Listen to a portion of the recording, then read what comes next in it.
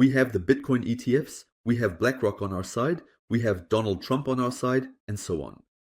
And yet, we are not in as good a position as we would have liked. Now, of course, the question is, what's going on here? And in this video, I'm going to tell you things that 99% of people don't understand. Because after this video, it should be clear to everyone what the actual situation is. And before we continue, you know that in this tough market phase, I rely even more on your support, so please take a moment to like and comment. Thank you for that. We had a huge surge with Bitcoin. It doesn't look good. There. Who knows how good it looks? Sure, individual Bitcoins have performed well here, but we're being completely honest. Bitcoin is currently very disappointing, even though it should actually be doing well, and that's the biggest problem for people right now. And that's also what scares people. Your altcoin portfolio looks terrible, but you need to understand what has actually been happening here in the last few months. Let's take a look at the Bitcoin reserves. We can see that in the last 2 years, they have seemingly halved. We have really huge outflows from Bitcoin. Accordingly, the price has also risen. Overall, things look extremely good for Bitcoin. There is talk of the crypto state reserve, and yet things look pretty bleak for Bitcoin. I'm going to explain to you why. According to a report from JP Morgan, the largest bank in the world, there was this huge Bitcoin surge last year. That was thanks to MicroStrategy. MicroStrategy took out more loans last year than ever before. You can see that here. Here you can see every time he bought. Here he invested $2 billion. Here he invested another $4.6 billion. Up here another 500 million. Down here another 1 billion. And so on. So you see what's happening here is last year at MicroStrategy was crazy. They invested more money than ever before. The players are also much higher up. Accordingly, they also had access to completely different loans. And in the end, this huge surge last year was mainly thanks to MicroStrategy. And of course, the Bitcoin ETFs, because just through the Bitcoin ETFs, we've now brought almost $100 billion into this market. And that's what you need to understand. You're wondering, why is only Bitcoin rising? Why isn't the entire market rising? Or why is this? Or why is that? Guys, we have two players here. They completely pushed this thing last year, and they were completely responsible for that. First, MicroStrategy, which took on some insane loans last year and bought billions worth of Bitcoin with that.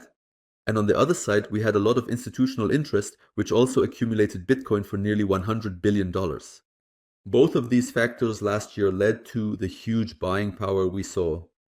Of course, accordingly, not much money left for Bitcoin. These players are only investing in Bitcoin.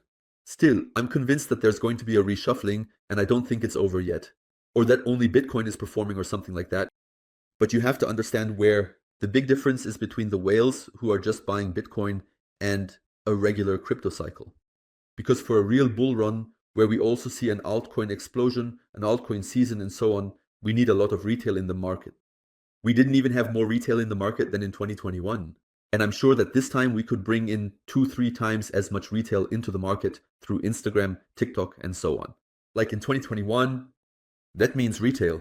We are not yet at the peak because all the money really came from MicroStrategy or through the ETFs. They basically pushed us here. That wasn't the fool. Retail, but that's a good thing because the big whales have to go shopping first. They control the whole thing here. First, they should fill their pockets because they'll take care of the rest. BlackRock owns all the media companies and so on.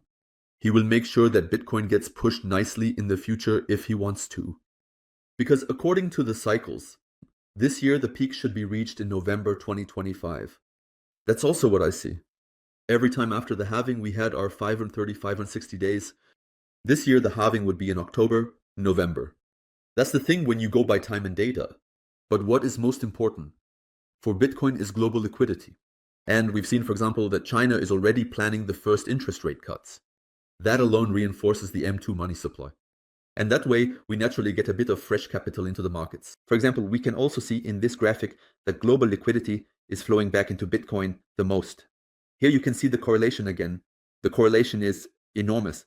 First, the money supply increases and then Bitcoin follows. That's almost an unwritten law. And the thing is, we are already seeing an expansion of the money supply. Look at how enormous it has risen here. We're almost at an all-time high with the M2 money supply. Bitcoin isn't feeling any of that yet. We are still correcting. Why is that the case? because we usually lag about 70 days behind with Bitcoin. And that means I'll just put in here 10 weeks. And then you can roughly figure out when we will start to feel this global liquidity. Because look at how identical it runs when I push this yellow chart forward by 10 weeks. And that means we should start to feel this M2 money supply in the markets around the end of March.